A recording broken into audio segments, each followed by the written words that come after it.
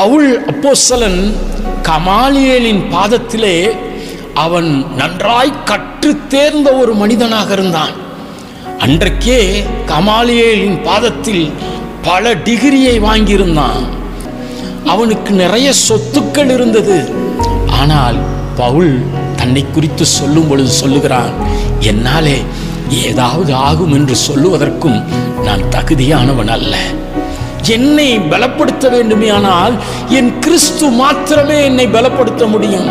ஏதாவது ஒன்றை செய்ய வேண்டுமேயானால் அவராலே அல்லாமல் என்னால ஒன்றும் செய்ய முடியாது என்று சொல்லி தன்னை தாழ்த்துகிற ஒரு மனிதனாக காணப்பட்டான். பாருங்கள், தாவீதை ஏன் தெரிந்து கொண்டார்?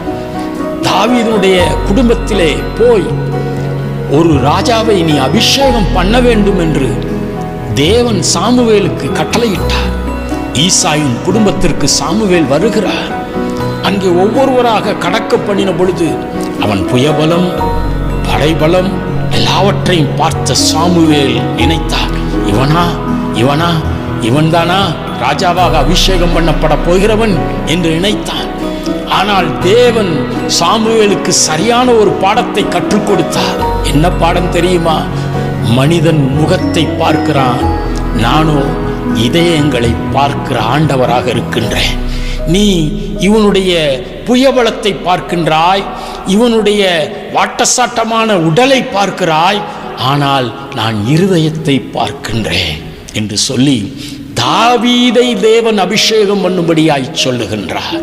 அப்போஸ்தலர் 13:22 நீங்கள் வேதத்தில் வாசிக்கும் பொழுது தாவீதை குறித்து ஆண்டவர் சொல்லுகிறார், என் இருதயத்திற்கு ஏற்றவனாக தாவீதை கண்டேன் என்று. ஆண்டவருக்கு தேவை யாரென்றால், இதோ புயபலம் உள்ளவர்கள் அல்ல, வாட்டசாட்டமான ஆட்கள் அல்ல, ஞானம் நிறைந்தவர்கள் அல்ல, அல்லது படித்தவர்கள் அல்ல. தேவனுடைய இருதயத்திற்கு ஏற்றவர்கள்தான் ஆண்டவருக்கு பிரியமான காரியங்களை செய்வதற்காக அவர்களை தேவன் உருமாற்றுகின்றார்.